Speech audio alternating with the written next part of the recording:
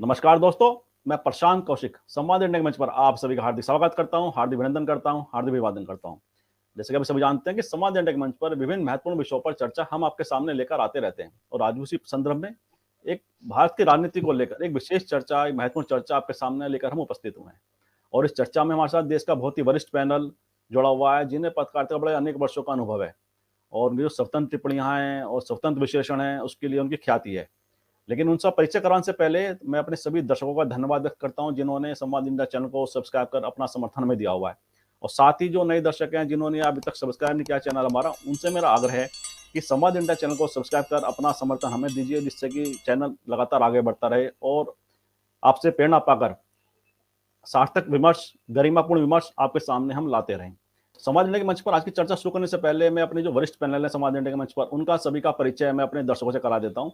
हमारे साथ जिगर दोषी जी गुजरात से जुड़े हुए हैं और जिनका अनेक वर्षों का पत्रकारिता का अनुभव है, जिनकी ख्याति है स्वतंत्र विश्लेषण के लिए। मैं जिगर जी का समाज इंडिया के मंच पर बहुत बहुत स्वागत करता हूँ, बहुत बहुत अभिनंदन करता हूँ। साथ ही सुनील शुक्ला जी इलाहाबाद से हमारे साथ जुड़ गए हैं, जो कि देश के बहुत ही वरिष्ठ पत्रकार के तौर पर जाने जाते हैं और उनका जो विश्लेषण है राजनीति को लेकर और सामाजिक विषयों को लेकर बहुत ही एकदम सार्थक रहता है और उसका जो विश्लेषण है मतलब एकदम गरिमा के साथ रहता है। उनका मैं संवाद इंडिया के मंच पर बहुत बहुत स्वागत करता हूँ, बहुत बहुत अभिनंदन करता हूँ। हमारे साथ शालू अग्रवाल जी मेरठ से जुड़ी हुई हैं, जो कि इस समय दैनिक भास्कर में कार्यरत हैं और साथ ही अनेक वर्षों का उनका पत्रकारिता का बड़ा लंबा अनुभव है। सार्थक विश्लेषण है राजनीति को लेकर और सामाजिक सरोकारों को लेकर और बड़ी ख्याति अर्जित की है उसको लेकर उन्होंने। शालू अग्रवाल जी का बहुत बहुत स्वागत करता हूँ, बहुत बहुत अभिनंदन करता हूँ। साथ ही हिमांशु जी भी गुजरात से हमारे साथ जुड़े हुए हैं और वह तो बिजनेस पत्रकार के तौर पर जाने जाते हैं, लेकिन विभिन्न क्षेत्रों में उनका पत्रकारिता का बड़ा लंबा अनुभव है और अनेक विषयों पर वह मतलब विशेषज्ञ तौर पर जाने जाते हैं। तो मैं हिमांशु जी का भी संवाद इंडिया के मंच पर बहुत बहुत स्वागत करता हूँ, बहुत बहुत अभिनंदन करता हूँ। जैसा कि आज की चर्चा का विषय है हमारे संवाद इंडिया के मंच पर कि 2024 का जो आगामी लोकसभा चुनाव है, उसको लेकर अभी से राजनीतिक दलों ने अपनी तैयारियां शुरू कर दी हैं। जहां भारतीय जनता पार्टी ने अपनी पार्लियामेंट की बैठक बुलाई है और उसके अंतर्गत वह सारी अपनी तैयारी कर रही है। और इसी प्रकार गुजरात और हिमाचल चुनाव के पश्चात कांग्रेस और बीजेपी ने जहां अपनी रणनीतियों को दोबारा से मथा है, दोबारा से उसका रणनीति को खाका बना रहे हैं, दोबारा से उसकी पुल प्रूफ चीजें तैयार कर रहे हैं अपनी रणनीतियों को लेकर कि कांग्रेस या बीजेपी किस तरह से 2024 का लोकसभा चुनाव फेस करेंगे। उसके लिए उनकी इस समय बड़ा मंथन चल रहा पार्टी के अंदर। और कांग्रेस जहां हिमाचल प्रदेश में चुनाव जीतकर एक उत्साह का संचार कांग्रेस पार्टी के अंदर हुआ है, वहीं बीजेपी ने गुजरात में एक तरफा जीतकर अपनी जो नेतृत्व क्षमता है उनकी प्रधानमंत्री नरेंद्र मोदी जी की फिर दोबारा से स्थापित की है। और जो प्रतिष्ठा का चुनाव था गुजरात में, उसको उन्होंने पुनः जीतकर एक तरह से राजनीतिक हलकों में दर्शा दिया कि 2024 के चुनाव में बीजेपी बहुत मजबूती से आगे बढ़ रही है। उसी प्रकार एमसीडी के चुनाव के अंदर आम आदमी पार्टी ने चुनाव जीतकर और राष्ट्रीय पार्टी का दर्जा जैसे मिला उन्हें गुजरात चुनाव में एक दखल बढ़ाकर उसके अंदर विश्वास पैदा हुआ और वह भी कहीं ना कहीं लोकसभा चुनाव को अपनी कहीं ना कहीं जगह देख रही हैं। तो ऐसे विभिन्न विषयों पर चर्चा आज हम आपके सामने हम लेकर आए हैं। तो चर्चा की शुरुआत सबसे पहले मैं शालू अग्रवाल जी से करता हूँ कि शालू जी, जैसे कि आपने देखा कि पिछले दिनों विधानसभा चुनाव संपन्न हुए गुजरात के और हिमाचल के, और उसमें बीजेपी ने जहां गुजरात में जीता वहीं हिमाचल में कांग्रेस जीती। तो ऐसे में जो विपक्षी एकता के साथ में बात हो रही है, तो ऐसे में आप किस परिप्रेक्ष्य में देखते हैं कि मोदी जी का जो चेहरा है, मोदी का जो राजनीतिक कद है, क्या विपक्षी दल जो है उसके मुकाबले कहीं तैयार दिखाई देते हैं आपको? शालू अग्रवाल जी। बहुत बहुत शुक्रिया आपका प्रशांत जी।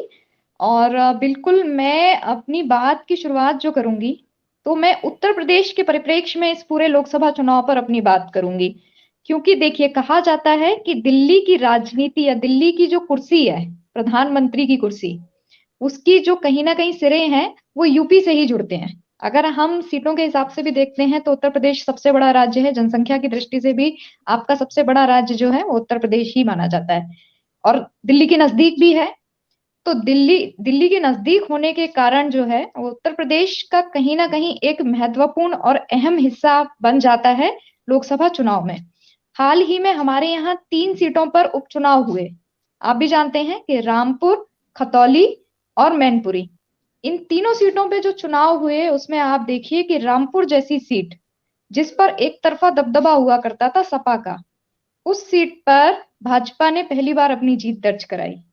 तो यहीं से साबित हो जाता है कि विपक्ष चाहे कितने भी प्रयास कर ले, लेकिन शायद अभी जो एक जिसको कहा जा रहा है कि भगवा क्रांति, या जिसको बोला जा रहा है कि एक भगवा रन, वहां तक पहुंच पाना अब कहीं ना कहीं विपक्ष के लिए मुश्किल होता नजर आ रहा है। और शायद उसी का ही परिणाम है कि अभी जो चुनाव संपन्न हुआ और आजम खां की महत्वपूर्ण सीट, जो सालों से जो इस सीट पर एक तरफा कब्जा था, उस सीट को भाजपा ने जीत लिया।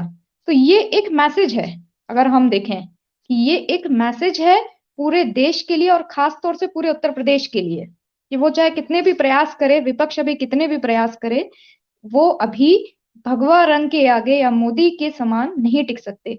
उसका एक बड़ा कारण ये भी है कि जो भी विपक्ष है, अगर हम उत्तर प्रदेश में राजनीतिक दलों की बात करते हैं, तो उत्तर प्रदेश में आप समाजवादी पार्टी की बात करेंगे, आप बसपा की बात करेंगे, या फिर आप रालोद की बात करेंगे, आप जिसकी भी बात करते हैं, तो जब भी ये दल साथ में आते हैं, तो अभी तक इन दलों में आपस की ही जो गांठें हैं, वो गांठें ही नहीं खुली हुई।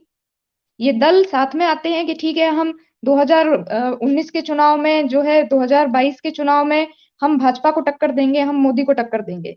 इनका एक साथ आते हैं, गठबंधन करते हैं, लेकिन वो गठबंधन फेल हो जाता है। क्यों फेल हो जाता है? क्योंकि उनके आपसी ही टकराव इतना ज्यादा होता है सीटों को लेकर। और प्रशांत जी, आप तो जानते ही हैं कि अभी हाल में 2022 का जो चुनाव संपन्न हुआ, उसमें आपने देखा कि सपा और रालोद, सपा तो एक बड़ी पार्टी है, उत्तर प्रदेश में सपा के मुख्यमंत्री रहे हैं खुद मुलायम सिंह यादव, उसके बाद उनके बेटे अखिलेश यादव भी, जो लगातार इस राज्य पर राष्ट्र शासन करते रहे हैं। लेकिन वो दल भी जब रालोद के साथ में गठबंधन पर आता है, तो भी वो सीटें नहीं पा पाते और उनकी जो रणनीति है वो फेल हो जाती है। तो ये कहीं ना कहीं ये मैसेज देता है कि अभी जो पूरे देश में एक जो परिवर्तन की जो लहर आई है, लोगों के मन में जो लग रहा है कि हाँ, मोदी सरकार ये काम कर रही है, भगवा सरकार ये काम कर रही है, तो जो काम किया जा रहा है, जो सुशासन की या सबका साथ और सबका विकास की जो बात आ रही है, वो कहीं ना कहीं लोगों के मन में और जनता के मन में एक छवि स्थापित कर रही है। अब आप योजनाओं के नाम पर लोगों को या अपने वोटर को आप खड़ा नहीं कर सकते, बल्कि अब वोटर को खड़े होने के लिए क्या चाहिए? उसे अपने सामने एक डेवलपमेंट दिख रहा है, उसे बनी हुई सड़कें दिखाई दे रही हैं, उसे दिख रहा है कि हाँ, इस देश का प्रधानमंत्री वो व्यक्ति है कि जो लाहौर में भी जाता है, जो लद्दाख में भी जाता है, और हमारे जो सियाचिन पे भी जाता है और हमारे जवानों के साथ खड़ा होता है। तो ऐसी चीजें जो हैं, या अगर हम धार्मिक धर्म की बात करें, तो धर्म में भी उसे लगता है कि जो केदारनाथ भी जा रहा है, जो अमरनाथ भी जा रहा है, तो हर तरह के लोगों के और हर हर समुदाय के लोगों के बीच में जो प्रधानमंत्री जा रहा है, वो कहीं ना कहीं एक, जिसको बोलते हैं एक सॉफ्ट कॉर्नर, एक मतदाता का सॉफ्ट कॉर्नर जीतना, उस सॉफ्ट कॉर्नर को जीतने का काम अभी इस समय प्रधानमंत्री नरेंद्र मोदी कर रहे हैं। और वही चीज जो है वो जनता पर छाप छोड़ती है। तो अगर आप देखें, तो ऐसे में अभी विपक्षी दलों की अगर हम देखें, तो अभी उनके लिए आसान नहीं है कि वो मोदी का या बढ़ती हुई भाजपा को या मोदी के सामने टक्कर लेने के लिए उनको आप बड़ी मेहनत करनी पड़ेगी, क्योंकि भाजपा जो है वो उसका कैडर काम करता है। आप देखिए कि बूथ स्तर तक भाजपा काम करती है, जो शायद दूसरे दलों में अभी नहीं है। वो राजनीतिक अप्रोच, या अगर हम देखें कि वो जो एक मैनेजमेंट होता है, एक पॉलिटिकल मैनेजमेंट एक पार्टी का, उस पॉलिटिकल मैनेजमेंट को दूसरे दल नहीं कर पाएंगे। आप आंदोलन कर सकते हैं, लेकिन आप वो पॉलिटिकल मैनेजमेंट नहीं कर सकते अपनी पार्टी में।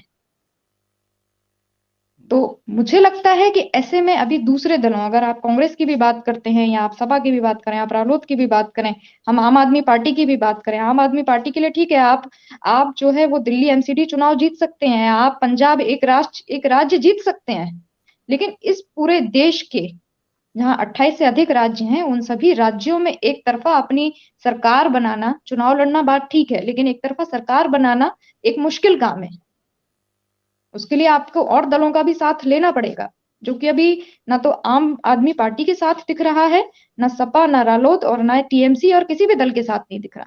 तो मुझे लगता है कि अभी इतना आसान नहीं है कि पिछले 2 चुनावों में जिस तरह से भाजपा लगातार आगे बढ़ रही है, इस देश ने 2 बार प्रधानमंत्री नरेंद्र मोदी को मौका दिया है, तो इतना आसान नहीं है कि तीसरी बार विपक्ष एकजुट होकर और उन्हें चेतावनी दे या उन्हें चुनौती दे। जी जी, हिमांशु जी, जैसे आपने सुना शालू जी को, तो उन्होंने कहा कि जिस तरह से चुनौती अभी विपक्ष की स्थिति, ऐसी स्थिति बने कि प्रधानमंत्री मोदी की राजनीतिक जो उनकी कदम या यात्रा है उसको चुनौती देने की स्थिति में है, कि विपक्षी में आपस में खेमेबंदी इतनी हमें दिखाई देती है कि उस चुनौती को पार पाने में कहीं ना कहीं उनके सामने बड़ी बाधाएं हैं। जैसे कि उन्होंने आम आदमी पार्टी का नाम लिया, या उत्तर प्रदेश के अंदर अखिलेश यादव और रालोद की बात उन्होंने कही। लेकिन अगर जो उपचुनाव उत्तर प्रदेश के अंदर हुए थे, मैनपुरी और खतौली और रामपुर में बीजेपी जीती, और मैनपुरी और खतौली में गठबंधन ने अपनी विजय प्राप्त की। लेकिन साथ ही अगर पूरे राजनीतिक परिदृश्य को पूरे देश के हिसाब से हम देखें, तो विभिन्न राज्यों में प्रादेशिक पार्टियां कई सारी ऐसी हैं, जैसे कि तेलंगाना की बात करें या पश्चिम बंगाल की बात करें, और अगर बिहार की बात करें, तो अगर पूरे राजनीतिक परिदृश्य को देखें तो विभिन्न जो क्षेत्रीय दल हैं वे अपने अपने राज्यों में बड़ी चुनौती पेश करते हमें दिखाई देते बीजेपी को प्रदेश के अंदर। वह राष्ट्रीय स्तर पे कांग्रेस के लिए इस समय बड़ी एक संघर्ष की स्थिति है अपने अस्तित्व को दोबारा से खड़ा करने की। तो ऐसे में इस परिप्रेक्ष्य में आप क्या सोचते हैं, क्या नरेंद्र मोदी जी और बीजेपी को चुनौती देने में विपक्षी दल एक साथ आ सकने की स्थिति में है? हिमांशु जी। सबसे पहले तो मैं आपको मतलब धन्यवाद कहूंगा कि आपने जो आज पैनल सिलेक्ट किया है बहुत अच्छा पैनल सिलेक्ट किया है। सामाजिक मुद्दों पे बात करने वाले लोग हैं, राजनीति पे मुद्दों पे बात करने वाले लोग हैं और आर्थिक मुद्दों पे भी बात करने वाले लोग हैं। तो आई थिंक ऐसा ही डिबेट होना चाहिए जहाँ पे आप एक पूरा 360 डिग्री व्यू लेके आए। धन्यवाद। फिलहाल जो परिस्थिति है, जिस तरीके से गुजरात की जीत को जिस तरीके से देखा जा रहा है, गुजरात की जीत 156 और आज कुछ 3 लोग और आ गए तो 159 हो गया है गुजरात का आंकड़ा बीजेपी का। तो ये क्यों है, ये सबसे पहले आपको समझना पड़ेगा। बहुत सारी चुनौतियां नरेंद्र मोदी के सामने खड़ी है। मैं भाजपा नहीं कहूंगा, मैं नरेंद्र मोदी कहूंगा, क्योंकि आज भाजपा अगर है तो नरेंद्र मोदी है इसलिए भाजपा है, समझो। तो सबसे बड़ी चुनौतियां जो नरेंद्र मोदी के सामने है वो बहुत सारी है। अंदरूनी बहुत सारे चैलेंजेस है, भगिनी संस्थाएं जितनी भी उसको लेके। तो ये 156 का जो आंकड़ा आया गुजरात में इसलिए आया है कि हमने ये कर दिखाया। अब हमें 2024 का पूरा मतलब एक बात आपको समझनी पड़ेगी कि नरेंद्र मोदी जो है वो संघ से आए हुए हैं। बीजेपी की जो विचारधारा थी हिंदुत्व की, उसको सपोर्ट करने के लिए हमेशा संघ ने लॉजिस्टिक्स का काम किया है। तो वो संघ से प्रचारक के रूप में और फिर अल्टीमेटली जिसे बोले कि सत्ता पक्ष में वो आए और सत्ता पक्ष में उस तरीके से उन्होंने सत्ता का जो सर्वोच्चम स्थान है भारत का, वहां पे वो विराजमान हुए। तो अंदरूनी बहुत सारी चैलेंजेस है। जिस तरीके से बातें आ रही है, गुजरात चुनाव के पहले भी आ रही थी और गुजरात चुनाव के बाद भी आ रही थी। तो ये 156 का जो आंकड़ा है वो कहीं ना कहीं ये पूरा का पूरा जो है अंदर का जो प्रॉब्लम उसको डाइल्यूट करने के लिए कि देखिए स्ट्रैटेजी से हमने काम किया है, वो हमने रिजल्ट दिया है। हमको अभी राजीव गांधी का 1984 का जो रिकॉर्ड है वो तोड़ना है 400 सीट का, और हमको उस तरीके से काम करने दीजिए। तो पिछले आपके चुनाव पे भी मैंने मतलब डिबेट्स पे आपने बोला था मैंने कि जैसे यहाँ गुजरात में हुआ है कि बहुत सारे जितने परिपक्व नेता थे उनको बोल दिया, अगर उन्होंने बोल दिया कि हम चुनाव नहीं लड़ेंगे, ऐसा शायद आने वाले दिनों में राष्ट्रीय पटल पर हो सकता है। मध्य प्रदेश की तो बात आ रही है कि शायद जो विजय रूपाणी जी के साथ हुआ वो शिवराज सिंह चौहान के साथ हो सकता है मध्य प्रदेश में।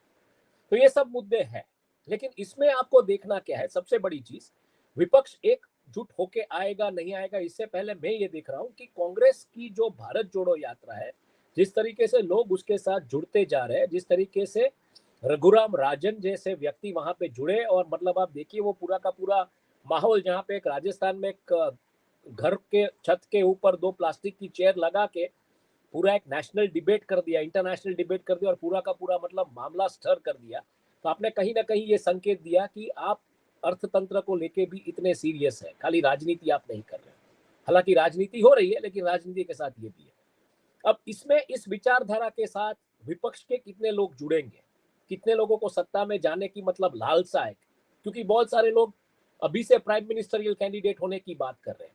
तो मुझे लगता है कि आने वाले दिनों में बहुत मतलब उस परिप्रेक्ष्य में देखना पड़ेगा कि प्रशांत किशोर का रुख किस तरफ होता है, वो क्या स्ट्रैटेजाइज कर सकते हैं। क्योंकि पास्ट में प्रशांत किशोर ने इनसे महाराष्ट्र के जो नेता है अपने पाटिल ने क्या है, मैं नाम भूल जाता हूँ उनका, उनके साथ जिस तरीके से मीटिंग की, शरद क्या नाम है उनका, मैं नाम भूल जाता हूँ उनका। तो जिस तरीके से महाविकास आघाड़ी के नेताओं के साथ शरद पवार की बात कर रहे हैं, शरद पवार बिल्कुल नाम मेरे को याद नहीं आ रहा था, सॉरी। शरद पवार जी के साथ जिस तरीके से मीटिंग की, अरविंद केजरीवाल के साथ जिस तरीके से मीटिंग की है, ममता बनर्जी के साथ जिस तरीके से मीटिंग की, तो ये सब आपको समझना पड़ेगा कि पीके की स्ट्रैटेजी किस दिशा में जा रही है। वो जोड़ पाते हैं, ये विपक्ष को एक मुद्दे पे ला सकते हैं। कांग्रेस में ईगो के इश्यूज थे, उन्होंने साफ खुल के बोल दिया था। ये सब चीजें हमको देखनी पड़ेगी। सबसे बड़ी चीज जो मैं मान रहा हूँ फिलहाल, विपक्ष कैसे साथ में आएगा, क्योंकि इसमें बहुत सारी डाइवर्सिटीज है। साउथ का जो पॉलिटिकल टेस्ट है वो पूरा का पूरा अलग है। वेस्ट का अभी मतलब थोड़ा बहुत वेस्ट बीजेपी के पास है, महाराष्ट्र में 50% आप बोल सकते हो, गुजरात है, राजस्थान में नहीं है, मध्य प्रदेश में थोड़ा बहुत है। अभी पूरी कैबिनेट चेंज करेंगे, क्या होता है देखना पड़ेगा। वहां पे भी मतलब बगावत के सुर खड़े होते हैं कि नहीं होते हैं। कर्नाटका में जिस तरीके से परिस्थितियां है, येदुरप्पा को आपने जिस तरीके से साइडलाइन कर दिया पूरा का पूरा। साउथ के जो स्टेट्स है वो किस दिशा में जा रहे हैं, नॉर्थ ईस्ट हालांकि आपके साथ है, समझने की बात है, और नॉर्थ बहुत सारा चंक उत्तर प्रदेश वगैरह आपके साथ है, बिहार में भी जिस तरीके के हालात है, कश्मीर तो खैर हमेशा एक चर्चा का मुद्दा ही रहेगा, पंजाब तो फिलहाल आपके पास है नहीं, वहां तो आम आदमी पार्टी है। तो ये सब चीजें आपको देखनी पड़ेगी, ये परिप्रेक्ष्य, और ये कितनी चैलेंजेस पोज कर सकता है नरेंद्र मोदी का जो एजेंडा है। क्योंकि नरेंद्र मोदी जी को एक बात बिल्कुल पता चल गई कि उनकी जो लोकप्रियता का जो ग्राफ है वो धीरे धीरे एक लेवल पे अभी आ गया है, उससे ऊपर जा नहीं सकता है। तभी जाके आपने देखा कि गुजरात में जितनी भी सभा हुई उसमें कुर्सियां खाली थी, वरना राजकोट जैसा शहर जहाँ पे 3 लाख तो खाली बीजेपी के कार्यकर्ता, आप चाहो इतनी भीड़ इकट्ठी कर सकते हो, लेकिन नहीं हुआ। तो ये सब चीजें, ये सब मुद्दे हैं, इन मुद्दों के बीच अभी विपक्ष किस तरीके से जाता है ये देखना पड़ेगा। दूसरी बात, विपक्ष को जैसे वेस्ट बंगाल में ममता बनर्जी के सामने, जब ममता बनर्जी मतलब तृणमूल कांग्रेस जिस तरीके से लड़ रहा था बीजेपी के सामने, और कांग्रेस ने अपनी जगह कर ली थी कि ठीक है हम नहीं है इसमें, ऐसा कुछ मुझे लगता है कुछ इक्वेशंस कई अलग अलग जगहों पे करना पड़ेगा। और कुछ पवन खेड़ा ने जिस तरीके से लास्ट एक प्रेस कॉन्फ्रेंस करके जो सवाल खड़ा किया है कि 1 मिनट के अंदर 57 वोट गिरे ईवीएम में, तो इस मुद्दे पे भी कुछ ना कुछ राजनीति तूर पकड़ेगी 2024 से पहले, मुझे ऐसा लगता है। तो ये सब मुद्दे हैं, और सबसे महत्व का मुद्दा है आर्थिक स्तर पे आप क्या करते हैं। क्योंकि आजकल अगर आप संसद की चर्चाएं देखेंगे, महुआ मोइत्रा की स्पीच देखेंगे या सुप्रिया सुले की स्पीच देखेंगे, तो कहीं ना कहीं सब ये सरकार को एक ही मुद्दे पे पूछ रहे हैं कि भारत की आर्थिक परिस्थिति जो है वो आप कुछ छुपा रहे हैं, आप हमको सही बात नहीं कर रहे। आने वाले दिनों में, मैंने पहले भी आपके डिबेट में मतलब जिस दिन चुनाव के परिणाम आए तब भी मैंने कहा था कि यहाँ से रुख ये शुरू होता है, भले आप 2024 की बात करो, लेकिन आने वाले जो दिन है, जो साल है, उसमें सबसे बड़ी आर्थिक मंदी की जो बात आ रही है पूरे विश्व में, तो उसको आप कैसे हैंडल करेंगे। हालांकि एक अच्छी चीज है कि आपके तेल के भाव के दाम गिरेंगे तो आप कहीं ना कहीं इन्फ्लेशन कंट्रोल कर पाएंगे, मुझे ऐसा लग रहा है, पर आप करेंगे, आपकी मतलब एक पॉलिटिकल विल है, ये देखना पड़ेगा। और सबसे बड़ा सटीक संकेत अगर आपको समझना है तो गुजरात में जिस तरीके से सीट्स आई, उसके बाद एक आदेश जारी किया गया कि आप जाइए 2 दिन अपने अपने कॉन्स्टिट्यूएंसीज में, अपना जो भी है फंक्शन सेलिब्रेट कर लीजिए, जो भी करना है कर लीजिए, और आगे से अगले 5 दिन आप गांधीनगर में रहेंगे जो कि स्टेट का कैपिटल, और बाकी के 2 दिन यानी कि शनि रवि आप अपने कॉन्स्टिट्यूएंसी में जाके काम करेंगे। तो बिल्कुल 2024 की तैयारी है, 26 की 26 सीट लेनी है गुजरात में भारतीय जनता पार्टी को, और कहीं पे भी कुछ भी उनको छोड़ना नहीं है। वापस आंकड़ों पे आते हैं, 2019 में 90 करोड़ मतदाता थे, 18 करोड़ बीजेपी के कार्यकर्ता, मान लीजिए कि एक कार्यकर्ता 1 वोट लाया है तो 36 करोड़ वोट बीजेपी के हुए, बाकी के 8 करोड़ वोट बीजेपी को ये सब योजना, उज्ज्वला योजना, उनकी जो हिंदुत्व की राजनीति है, 370 का मुद्दा है या राम मंदिर की बात है, उनको लेके मिला था। तो 44 crore votes out of 90 crore votes BJP को मिला था। अब देखना यही है कि इस बार राम मंदिर का मुद्दा बहुत ही बड़ा मुद्दा है, चीन के जो हालात है, और आने वाले दिनों में जिस तरीके से पीओ के बैक के नारे लगे थे हिमाचल प्रदेश की सभाओं में, तो ये मुद्दा कितना तूर पकड़ता है और कितना राष्ट्रवाद और कितना हिंदुत्ववाद पर टिका रहता है। तो मुझे लगता है अगर ये चीजें पिवोट हुई उस दिशा में, तो जो 400 का रिकॉर्ड तोड़ने की बात है वो शायद इस दिशा में बीजेपी जा सकती है। लेकिन इसमें फिर भी वही बात आती है कि आर्थिक स्तर पे कितना मैनेज आप कर पाएंगे, और बाकी की चीजें जो है, विपक्ष इन मुद्दों पे कैसे मतलब एकजुट होकर आता है ये लड़ाई लड़ने के लिए, ये पूरा का पूरा परिप्रेक्ष्य मुझे दिख रहा है। जी जी, बहुत ही महत्वपूर्ण बात कही आपने कि जिस तरह से बीजेपी 400 का आंकड़ा पार करने की जुगत लगा रही है लोकसभा चुनाव में, एक हिस्ट्री बनाने की जुगत में है। और लेकिन जब महंगाई की बात की आपने और दूसरे जो आर्थिक मोर्चों पर जो संघर्ष बढ़ रहा है उसकी बात कही, लेकिन साथ ही बात हो जाती है कि जो बीजेपी कैडर है, कि आपने बताया कि 18 करोड़ संख्या जो उनका कैडर बेस माना जाता है, तो ये सब जो है ये विपक्षी दलों को के सामने एक बड़ी चुनौती तो है।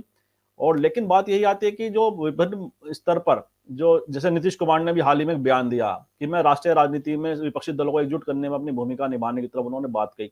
और साथ में ममता बनर्जी भी अपने स्तर से प्रयास लगातार विभिन्न मोर्चों पर करती रहेंगी, विपक्षी एकता हो जाए। तो ऐसे में जो कयास लगाए जा रहे हैं, विपक्षी दल एक मंच पर आ सकते हैं, लेकिन साथ ही बात हो जाती है उनकी जो आपस की ईगो हैं, जो अलग अलग स्टेट्स में आपस में कांग्रेस से टकराव है उनका कुछ क्षेत्रीय दलों का। ऐसे में क्या स्थिति बन रही है विपक्षी दलों की राजनीति की? तो मैं सुनील शुक्ला जी के पास आने से पहले दूसरा एक मुद्दा मैं बोलना चाहूंगा। देखिए, जब ये विपक्ष के सभी नेता सामने आते हैं ना, तब जाके बीजेपी का आईटी सेल एक्टिवेट होता है। नरेंद्र मोदी के ऐसे ऐसे वीडियोस वायरल होते हैं कि कहीं ना कहीं मतदाता को ऐसा लगता है कि नहीं, यही लीडर है। बाकी का अगर सबका चेहरा देखे या सबका हाव भाव देखे, सबका परिवेश देखे, तो उनको उस लेवल का मतलब जो कैरिस्मेटिक पर्सनालिटी होना चाहिए वो नहीं दिखता, वो मार्केटिंग काम कर जाता है।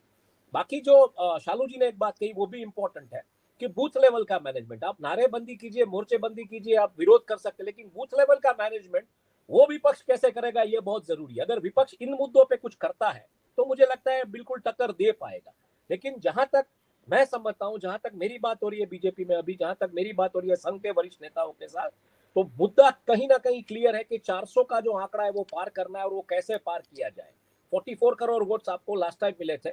इस बार मुझे लगता है कि पहली बार भारत की जो वोटिंग पॉपुलेशन की जनसंख्या है वो 100 करोड़ के आसपास हो जाएगी।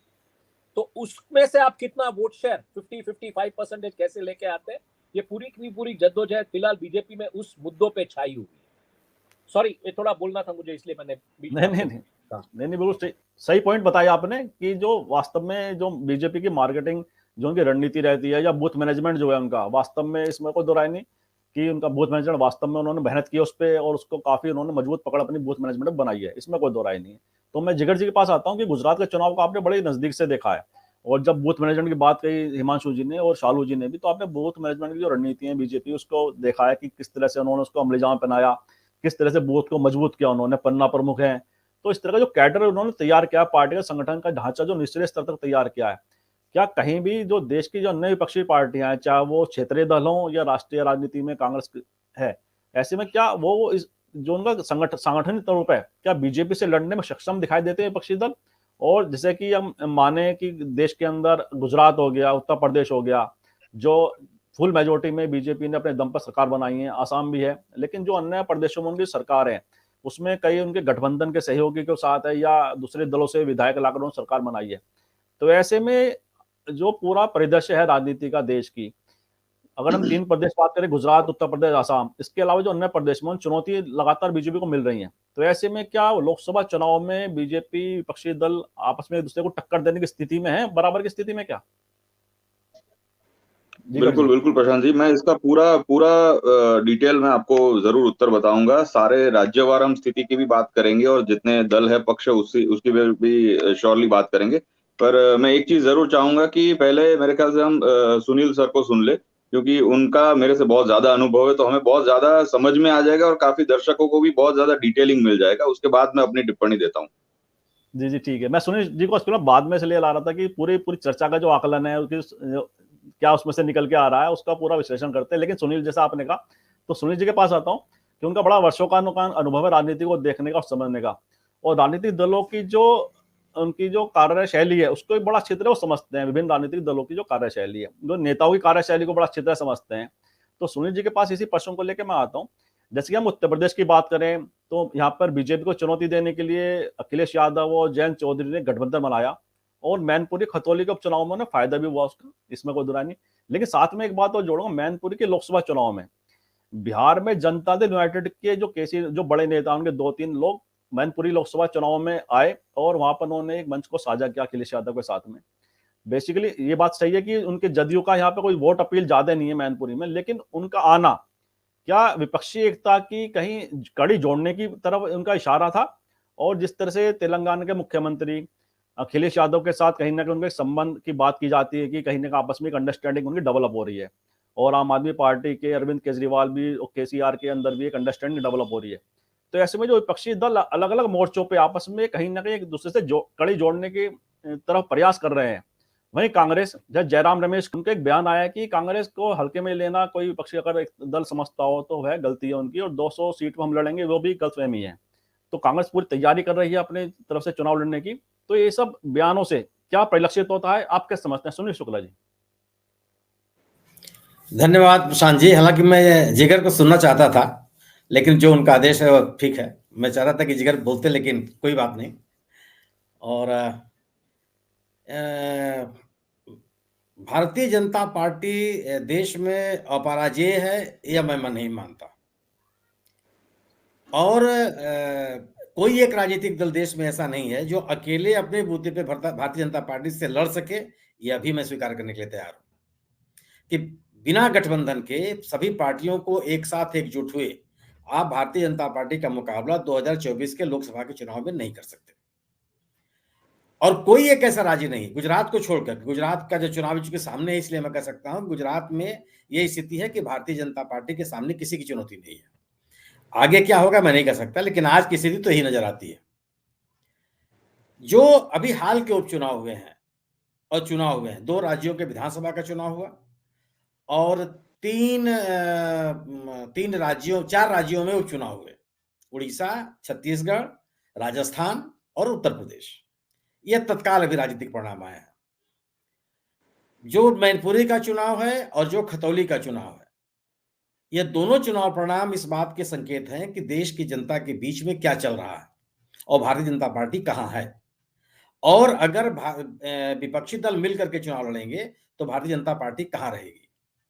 खतौली का उपचुनाव उसमें सबसे ज्यादा उल्लेखनीय है। खतौली आमतौर पर विपक्ष की सीट रही है उत्तर प्रदेश में, लेकिन 2017 में मैं इस सीट को भारतीय जनता पार्टी ने विपक्ष से छीन लिया था और 2022 में भी वहां से चुनाव जीती हो।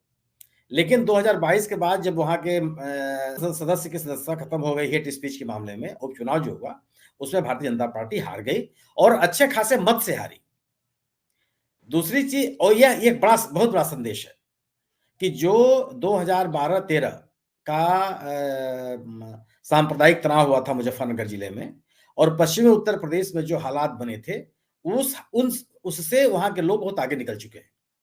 क्योंकि अगर 2012-13 की स्थितियां वहां रहती तो जो 2014 के चुनाव में हुआ, जो 2019 के चुनाव में हुआ और जो 2022 के विधानसभा चुनाव में हुआ वही होता, वो नहीं होता जो इस उपचुनाव में हुआ है। लेकिन वो हालात, वहां के सामाजिक समीकरण बहुत तेजी से बदले हैं और वो स्थितियां नहीं रह गई हैं जो पहले होती थी, जो थी दंगे के बाद से। अब आप रामपुर की बात कीजिए।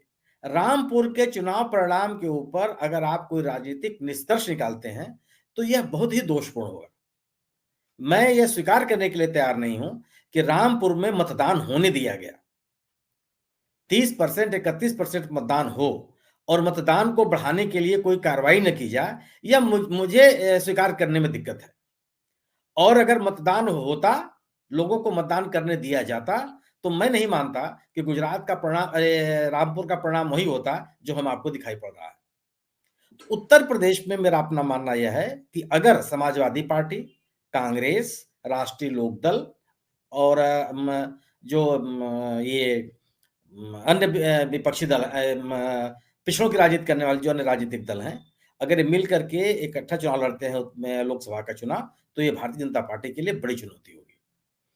क्या मैनपुरी जिले में भारतीय जनता पार्टी कार्यकर्ता नहीं है? पिछला चुनाव 2019 का चुनाव मुलायम सिंह जी ने केवल 96,000 मतों से जीता था और इस बार का उपचुनाव लगभग 3 लाख मतों से जीती है डिम्पल यादव। मैं मान लेता हूं कि उसमें सहानुभूति का भी एक दौर रहा होगा और यह इस सिद्धांत को खारिज करता है कि उपचुनाव में सत्तारूढ़ दल की से होती है, मतदाता सत्तारूढ़ दल को वोट देना चाहता है। और अगर आप उत्तर प्रदेश से आप इधर चलिए, बिहार, झारखंड, छत्तीसगढ़, पश्चिम बंगाल, उड़ीसा, इन जिलों में क्या भारतीय जनता पार्टी को चुनौती नहीं है? अगर बिहार में राष्ट्रीय जनता दल और जनता दल यू और वामपंथी ये तीनों मिलकर चुनाव लड़ते हैं बिहार में, तो क्या स्थिति होगी वहां? क्या जो 40 में से 39 सीटें बीजेपी जीत के चली आई थी पिछली बार, क्या वो इतिहास दोहराया जाएगा? मैं इसको स्वीकार करने के लिए तैयार नहीं हूं, मुझे दिक्कत होगी स्वीकार करने में। झारखंड में झारखंड मुक्ति मोर्चा, जनता दल यूनाइटेड और राष्ट्रीय जनता दल और कांग्रेस ये मिलकर चुनाव लड़ते हैं लोकसभा का, तो क्या वही स्थिति होगी जो 2019 में हुई थी? क्या बंगाल के चुनाव में, पश्चिम बंगाल के चुनाव में तृणमूल कांग्रेस ने एकदम क्लीन स्वीप दे दिया है बीजेपी को, पास सबको चले जाइए, वहां के लोग तृणमूल के साथ खड़े नहीं होंगे? लेकिन तृणमूल, कांग्रेस और वामपंथ तीनों मिलकर लड़ेंगे तब हालत होगी। अगर तीनों मिलकर अलग अलग लड़ेंगे तो हाँ बीजेपी की स्थिति अच्छी मजबूत रहेगी। आप उड़ीसा में आइए, उड़ीसा में क्या बीजेडी एकदम के सामने जितने भारतीय जनता पार्टी के उड़ीसा के नेता हैं, कोई वहां से लोकसभा चुनाव नहीं जीता है। इंक्लूडिंग धर्मेंद्र प्रधान और बड़े भारी जो प्रवक्ता है संबित पात्रा जी। आप छत्तीसगढ़ में आइए, छत्तीसगढ़ में का उपचुनाव हुआ इसी अभी अभी 8 तारीख को उसकी काउंटिंग हुई। कितने मतों से जीती है वो कांग्रेस वहां? और छत्तीसगढ़ में पिछले में 5 उपचुनाव हुए हैं और 5 के 5 कांग्रेस जीती है। एक सीट पे भी भारतीय जनता पार्टी चुनौती नहीं दे पाई। हालांकि ये भी सही है कि विधानसभा के चुनाव और लोकसभा के चुनाव में मतदान का जो तरीका होता है अलग होता है, लेकिन आपकी राजनीतिक मौजूदगी वहां कांग्रेस की बहुत जबरदस्त है छत्तीसगढ़ में, और मेरा मानना है कि भारतीय जनता पार्टी को वहां एक अच्छी खासी चुनौती मिलेगी। राजस्थान में पिछले 2 वर्षों में, ये जब से सरकार बनी है वो माने 2018 से, वहां पे 9 उपचुनाव हुए हैं। उन 9 उपचुनावों में 7 कांग्रेस जीती है। कहां से क्या राजनीतिक ये हालात नहीं बताते हैं कि वहां भारतीय जनता पार्टी के सामने चुनौती है? हिमाचल का चुनाव आपके सामने है। हिमाचल में भारतीय जनता पार्टी का मत प्रतिशत भी गिरा है, और वहां पिछले 2 वर्षों में जो चुनाव हुए हैं, इस माने विधानसभा चुनाव तो हो ही गया, उसके पहले जो चुनाव हुए थे, 1 लोकसभा का, 3 विधानसभा के और 4 नगर निगमों के चुनाव हुए थे हिमाचल में, और सब के सब में भारतीय जनता पार्टी आ रही है। कोई एक चुनाव से नहीं जीत सकी है। हालांकि ठीक जिस मंडी के लोकसभा चुनाव में भारतीय जनता पार्टी हारी थी, उसी मंडी जिले में सभी सीटें भारतीय जनता पार्टी ने जीत लिया। ये भी सही है इसी विधानसभा के चुनाव में। लेकिन राजनीतिक हालात एक तरफा भारतीय जनता पार्टी के पक्ष में हो, यह मुझे स्वीकार करने में दिक्कत होगी। हरियाणा में कांग्रेस के साथ अच्छा खासा संघर्ष है, और लोकदल चौटाला वाली पार्टी, एक चौटाला वाली पार्टी इनके साथ है, वहां पे भी इनके साथ अच्छा खासा संघर्ष है। हालांकि आम आदमी पार्टी के मौजूदगी से जो विपक्षी गठबंधन है उसको नुकसान होगा। आप दक्षिण में चले जाइए, केरल, तमिलनाडु, कर्नाटका, आंध्र प्रदेश और तेलंगाना। कौन सा ऐसा राज्य है जिसमें आप कह सकते हैं कि भारतीय जनता पार्टी का एक तरफा राजनीतिक हवा बह रही है? किसी एक राज्य में, इंक्लूडिंग कर्नाटक की स्थिति है कि अभी विधानसभा चुनाव होने जा रहा है अगले साल, वहां क्या स्थिति होगी? कोई एक आदमी नहीं कह रहा है कि बीजेपी की स्थिति वहां बेहतर है। तो जितने दक्षिण के राज्य, तेलंगाना में केसीआर की गंभीर चुनौती है आपके सामने, तो पूरे के पूरे केरल में, पूरे के पूरे साउथ में कांग्रेस वहां मौजूद है और स्थानीय दल मौजूद है। निश्चित रूप से अगर विपक्षी दल मिलकर के चुनाव लड़ेंगे और मुद्दों पर लड़ेंगे, मैं हिमांशु जी की इस बात से 100% सहमत हूं कि कोई चेहरा आपके सामने नहीं है। आप नरेंद्र मोदी के सामने कोई चेहरा नहीं ला सकते हैं, और अगर आप व्यक्तित्व की लड़ाई पे चुनाव लड़ना चाहेंगे तो भारतीय जनता पार्टी कोई हरा नहीं सकता। लेकिन जब आप मुद्दों पर चुनाव लड़ेंगे तो भारतीय पार्टी के सामने कोई जवाब नहीं है। आज जो देश की आर्थिक स्थिति है, जो बेरोजगारी का संकट है, जो आपके रुपए का अवमूल्यन है, लोगों को रोजगार नहीं मिल रहा है, शिक्षा महंगी होती जा रही है, स्वास्थ्य महंगा होता जा रहा है, किसान आंदोलित है, क्या इसका असर नहीं पड़ता? क्या किस गवर्नेंस की बात की जा रही है? और क्या गवर्नेंस ही होता है? नहीं, इसके अलावा कौन सा गवर्नेंस है? अगर, और मेरा यही मानना है कि अगर ऐसा नहीं है कि 2024 का चुनाव भी ऐसा होगा जिसमें कोई चेहरा नहीं होगा विपक्ष के पास, तब चुनाव हुए हैं। जब जनता पार्टी की सरकार बनी थी 1977 में, तो कौन सा चेहरा था विपक्ष के सामने? इंदिरा गांधी सत्तारूढ़ में थी और बाकी विपक्ष सामने था, लेकिन मुद्दों पर लड़ा जा रहा था कि लोकतंत्र खतरे में है, सरकार लोगों के मौलिक अधिकारों का हनन कर रही है, संविधान संकट में है, जो देश की समस्याएं है उसका समाधान करने के लिए सरकार तैयार नहीं है, और जो सरकार ने वायदे किए हैं वो पूरे नहीं किए। साफ हो गई पूरी की पूरी कांग्रेस। मुद्दे चेहरे हों, केवल मुद्दा अगर चेहरे होंगे, चेहरा होगा अगर 2024 के चुनाव में और विपक्ष मिलकर के लड़ेगा, तो मेरा यह मानना है कि भारतीय जनता पार्टी के सामने कठिन चुनौती होगी जब गवर्नेंस के नाम पर की बात आएगी। क्योंकि सभी राज्यों में मैं मानता हूं कि कांग्रेस हर राज्य में नहीं है, लेकिन कोई ऐसा राज्य नहीं है जहां पर क्षेत्रीय दल कांग्रेस को, बीजेपी को चुनौती न दे रहा हो, और मजबूती से चुनौती दे रहा है। केवल मौजूद नहीं है, बड़ी मजबूती के साथ चुनौती दे रहा है। लेकिन अगर कोई एक दल मुकाबला करना चाहेगा, सभी लोग अपने अपने तरीके से लड़ेंगे, तो बीजेपी का मुकाबला कोई नहीं कर सकता। अब सवाल यह भी है कि यह क्या एकता हो पाएगी? मेरा मानना है कि 2 तरह का विपक्ष है। एक विपक्ष है जिसको बीजेपी से लड़ना है, एक विपक्ष है जिसको कांग्रेस से लड़ना है। तो बीजेपी सहित कुछ ऐसे दल है जिनको कांग्रेस से लड़ना है, उसमें आम आदमी पार्टी है, उसमें केसीआर साहब हैं, उसमें तृणमूल कांग्रेस भी है। उसमें तृणमूल कांग्रेस अगर बीजेपी से लड़ने वाली पार्टी में शामिल हो जाए, गठबंधन में आ जाए, तो कोई आश्चर्य नहीं होना चाहिए कि नीतीश कुमार के प्रयासों को उन्होंने सराहा है और मौके पे मौके वह उसके साथ दिखाई पड़ती है। लेकिन कांग्रेस के साथ उनका कितना तालमेल हो पाएगा, यह सवाल जरूर गंभीर है, क्योंकि कांग्रेस को लेकर के उनके मन में तमाम तरह के रिजर्वेशन है। तो अतीत में एक सरकार होती थी और उसके खिलाफ विपक्ष को लड़ना होता था। आज भारतीय जनता पार्टी ने अपने द्वारा कुछ विपक्षी दल गठित कर लिया उन्होंने, उसमें आम आदमी पार्टी है, वो अपने सुविधा के अनुसार ले आती है, चुनाव लड़ाती है, समर्थन करती है, जो भी है। तो एक आम आदमी पार्टी, टीएमसी और एआईएमआईएम और केसीआर साहब, ये इनका कोई ठिकाना नहीं कि कहाँ जाएंगे, क्या क्या करेंगे। लेकिन जब मेरा भी मानना है कि जब बड़े पैमाने में विपक्षी दल एकत्रित होंगे तो कितना डेंट कर पाएंगे विपक्षी एकता को, इसमें मुझे संदेह है। लेकिन पहली शर्त यही है कि आप कोई चेहरा नहीं बनाएंगे। अगर चेहरा बनाने के चक्कर में पड़ेंगे तो विपक्ष, यह एकता ही बिखर जाएगी, कोई एकत्रित नहीं होगा, कोई सुनने वाला नहीं होगा। मुद्दों के आधार पर अगर भारतीय जनता पार्टी से चुनाव लड़ा जाएगा तो 2024 का चुनाव, मेरा मानना यह है कि भारतीय जनता पार्टी के लिए आसान नहीं होगा। जी प्रशांत जी। बिल्कुल ठीक कहा आपने कि मुद्दों के आधार पर विपक्षी एकता की संभावना कुछ हो सकती है। तो इसी प्रश्न को मैं जिगर जी के पास आता हूँ, और जिगर जी ने जैसे पूरी एक सुना पूरा चर्चा का जो दृष्टिकोण जो जा रहा है एक तरफ कि विपक्षी दल अगर एकता चाहते हैं तो उन्हें मुद्दों पर आना पड़ेगा। अगर चेहरे के नाम पर विपक्षी एकता बहुत मुश्किल है, और साथ ही अगर इसी तरह के विपक्षी दल अलग अलग ढपली बजाते रहे अपनी, तो बीजेपी की राह में बाधा खड़ी करना विपक्षी दलों के लिए बड़ी चुनौती बन जाएगी बड़ी। तो जिगर जी, आपका क्या आकलन है पूरे इस चर्चा के लेकर? आप क्या सोचते हैं विपक्षी दलों में एकता कितनी संभव है? क्या मुद्दों के आधार पर विपक्षी दल एकजुट हो सकते हैं? और साथ ही जैसे कुछ उन्होंने उदाहरण दिए कुछ अलग अलग राज्यों के, सुनील शुक्ला जी ने, कि वहां पर अगर हम महाराष्ट्र की बात करें, बिहार की बात करें, पश्चिम बंगाल की बात करें, जो बड़े राज्य हैं, जहां से उत्तर प्रदेश के बाद जहां पे ज्यादा लोकसभा सीट आती हैं, तो वहां पे बीजेपी की चुनौती बड़ी चुनौती है उनके लिए।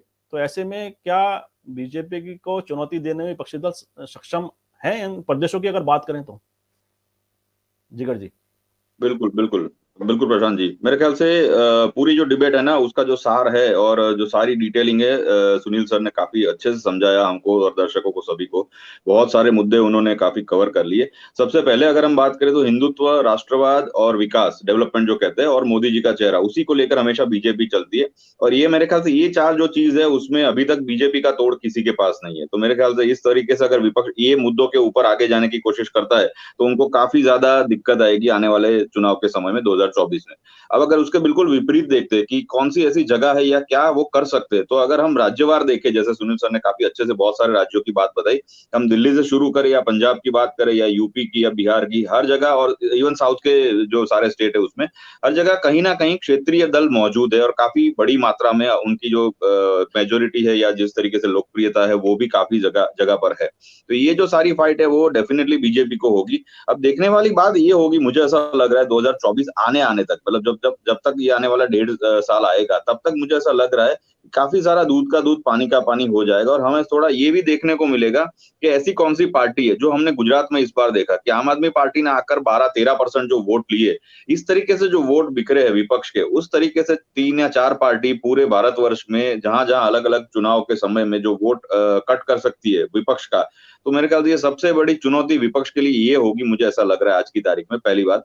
दूसरी बात ये लग रहा है कि जो भी विपक्ष की एकता है उसमें उनका अगर कॉमन मिनिमम प्रोग्राम या कॉमन मैनिफेस्टो अगर नहीं बना, और वो अपने अपने जो राज्यों के मुद्दे हैं या किस तरीके से कौन सा मुद्दा ज्यादा ऐड करना है, हर एक अपने मुद्दे को प्रेफरेंस देगा, ये सारी राजनीति में उलझे रहे, तो भी वो चुनौती नहीं दे पाएंगे, ये भी बात स्पष्ट है। और आने वाले समय में हमें ये भी देखने को मिलेगा। हिमांशु जी ने एक बात बताई प्रशांत किशोर जी की, तो मेरे ख्याल से प्रशांत किशोर जी भी काफी बड़ा रोल अदा जरूर करेंगे, पर एक वो नई एक बात लेकर भी आज की तारीख में प्रशांत जी चल रहे हैं। उन्होंने अपनी जन सुराज करके एक पार्टी बनाई है, तो देखना ये भी होगा कि वो अपने अलग इंडिविजुअली अपने लेवल पे अपनी पार्टी की तरफ से लड़ते हैं या लड़ाते हैं लोगों को, या फिर वो भी एक आम आदमी पार्टी की तरह कहीं ना कहीं जिसे कहते हैं ना कि जो विपक्ष का वोट कट कर रहे हैं, उस तरीके से अपना रोल प्ले करते हैं। तो ये भी मेरे ख्याल से देखने वाली बात होगी। जहां तक बात है विपक्ष की एकता की, तो सबसे बड़ा जो मुद्दा मुझे लग रहा है आज की तारीख में कि 2024 में क्या विपक्ष मोदी जी को चुनौती दे पाएगा। तो सारा जो पेंच आके फंसता है या जो मुझे दिख रहा है वो यहीं पर है कि एक तो उनकी एकता, साथ में उन हर एक पार्टियों का संगठन के जो बड़े-बड़े नेता है, चाहे क्षेत्र में हो, चाहे पूरे भारतवर्ष में छाए हुए हो, पर उन सबका ईगो क्लेश और बाकी सब जो मुद्दों के ऊपर आपसी जो रंजिश होती है, उसमें एक समान भाव से न बैठ पाना, ये बहुत बड़ी चुनौती है विपक्ष के लिए, ऐसा मैं मान के चल रहा हूँ। बाकी अब अगर आप देख के चलिए कि महाराष्ट्र की अभी लेटेस्ट बात अगर हम ले लें, कि महाराष्ट्र में महाविकास आघाड़ी सरकार चला रहे थे, 3 पक्ष चला रहे थे, शिवसेना ने किया, कांग्रेस और एनसीपी। अब ये आज की तारीख में तीनों पक्षों को साइड में करके बीजेपी ने एक नए जो शिवसेना के अंदर से ही 40 लोग उठाए और जिस तरीके से बीजेपी ने वो उनके साथ मिलकर सरकार बनाई, तो ये महारथ भी उनके पास है। तो मेरे ख्याल से मुझे ये लग रहा है कि अगर ये सारे परिप्रेक्ष्य को हम देखना जाएं, तो सब कुछ बिल्कुल सिंपल इतना विपक्ष के लिए नहीं है, मुझे ऐसा दिख रहा है, बीजेपी के लिए भी नहीं है। तो उनको उनका जो लक्ष्य है, जैसे हिमांशु जी और शालू ने भी बताया, दोनों ने कि 400 के आसपास या फिर जो राजीव गांधी का जो रिकॉर्ड है वो तोड़ने की भी वो सोच रहे हैं। वो जरूर बात है कि उनको सोचना चाहिए, उसमें कोई दो राय नहीं है। और मेरे ख्याल से हर जगह चुनौती उनके लिए हर एक राज्य में मौजूद है, चाहे हम कितने भी बड़े राज्य ले लें। उनका एक लक्ष्य मुझे ऐसा लग रहा है ऐसा रहेगा कि जो हिंदी बेल्ट के राज्य है, जहां पर उनके जो वोट प्रतिशत है या जो उनकी सीटें हमेशा कंफर्म होती है, चाहे यूपी से मैक्सिमम सीटें मिले उनको, क्योंकि यूपी में उनके पास योगी आदित्यनाथ जी जैसा बड़ा चेहरा है। गुजरात है तो गुजरात में हमेशा 26 में 26 सीटें उनको मिलती है, और ऐसे महाराष्ट्र हिंदी बेल्ट में है या राजस्थान है, उस तरीके से तो उनके लिए ये फायदेमंद जरूर होगा कि जहां पर उनकी जड़ें मजबूत है, वहीं पर वो बहुत जबरदस्त ध्यान देकर एटलीस्ट वो सीटों को बिल्कुल कवर कर ले। और उसके बाद जहां पर उनकी इतनी जड़ें नहीं है, जैसे तेलंगाना हो गया या आंध्रा हो गए या साउथ के जो स्टेट्स है वहां हो गया, तो वहां पर वो काफी मेहनत करने की कोशिश करे, ये मुझे लग रहा है। तब जाके उनका कोई रिकॉर्ड जो मैच करना है उनको ये हो पाएगा।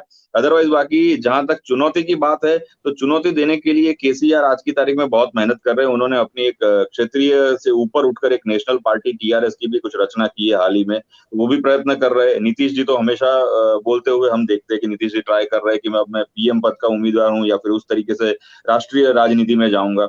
पर बात वहीं पर आकर अटकती है कि मोदी जी के सामने चेहरे के लिए सारे लोगों का जो चेहरा है, कोई भी विपक्ष के नेता का, वो कम पड़ता है।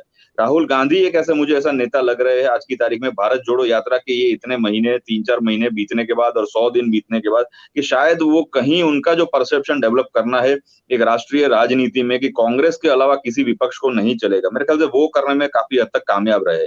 इसलिए बीजेपी की सबसे बड़ी चिंता क्षेत्रीय दलों के साथ साथ आज की तारीख में कांग्रेस भी बनी हुई है। ये बिल्कुल साफ स्पष्ट बात है। आपने कांग्रेस के नेताओं की भी आजकल स्टेटमेंट सुने होंगे, वो बिल्कुल बेबाकी से हर एक मुद्दे पर वार करते हैं और हर एक मुद्दे पर प्रेस कॉन्फ्रेंस करते हैं। तो ये भी एक चिंता का विषय जरूर होगा बीजेपी के लिए।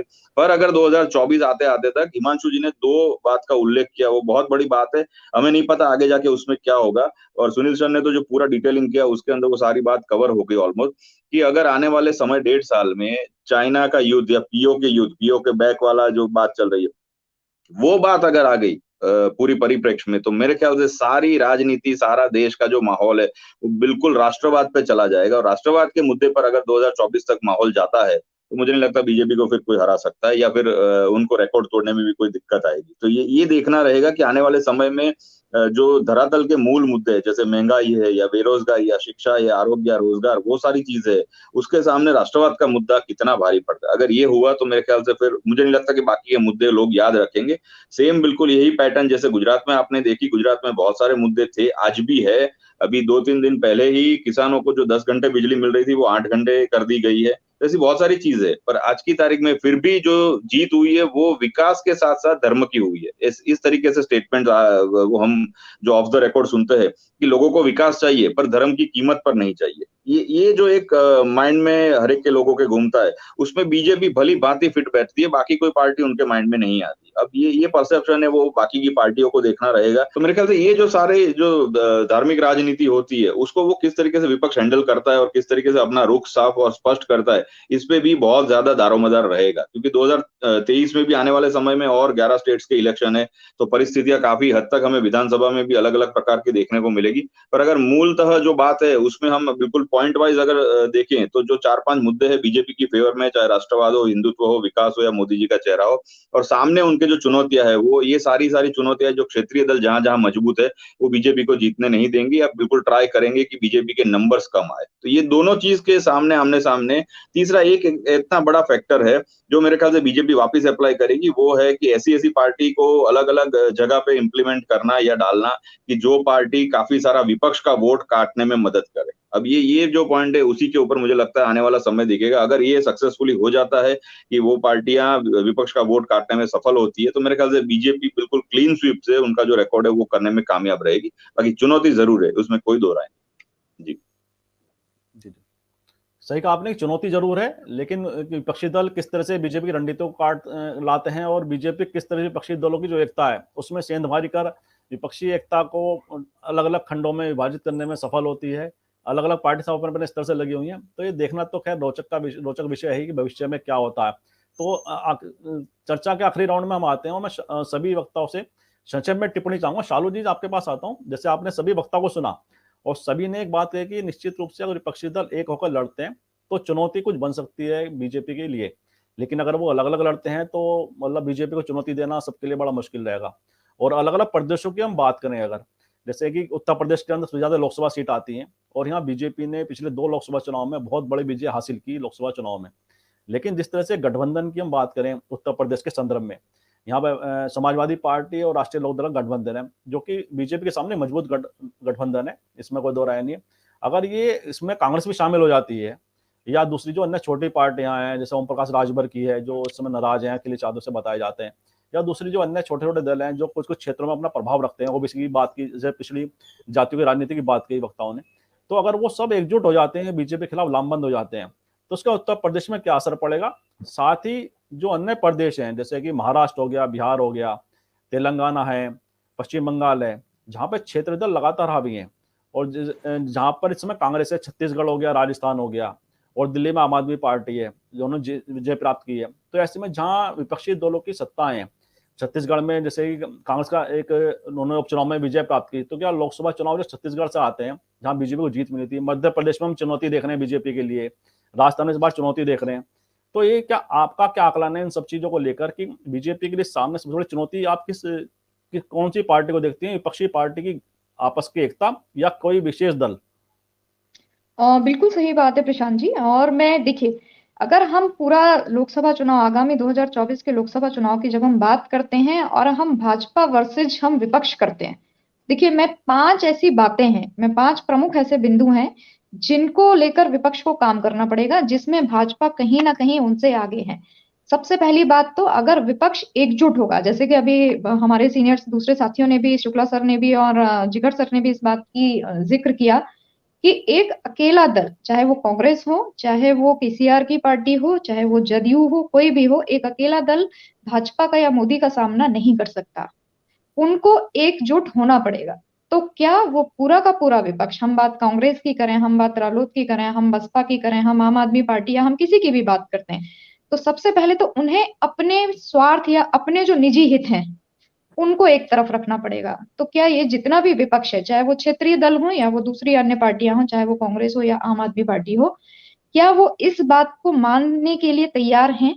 अगर उन्हें बीजेपी जैसी बड़ी पार्टी का सामना करना है तो सबसे पहला काम होगा उनके लिए अपने निजी हितों को अलग रखना। वहां अकेले नीतीश कुमार या अकेले राहुल गांधी या अरविंद केजरीवाल को चुनाव लड़ने के लिए सामने नहीं आना है। उसमें उनको ये नहीं सोचना है कि मैं पीएम पद का दावेदार हूं, बल्कि सबको एकजुट होकर चुनाव लड़ना पड़ेगा, तभी वो बीजेपी जैसी पार्टी का या मोदी का सामना कर सकते हैं। तो सबसे पहली चुनौती जो है वो ये कि उन्हें अपने हितों को किनारे रखना होगा।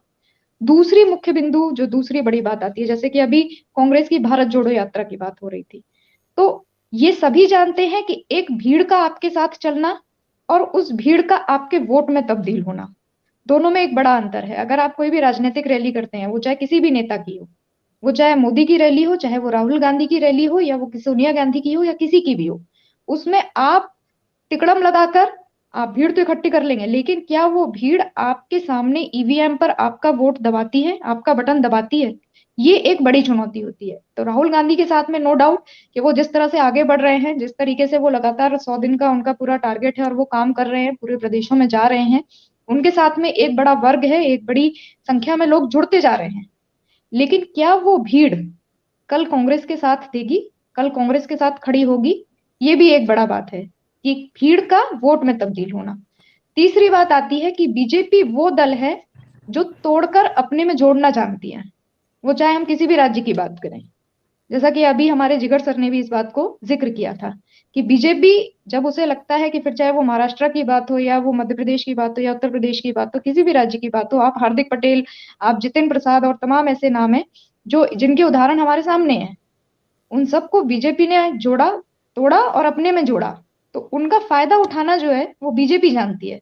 लेकिन विपक्षी दल, जो दूसरे विपक्षी दल है, वो कहीं ना कहीं इसमें कमजोर होते ही नजर आते हैं।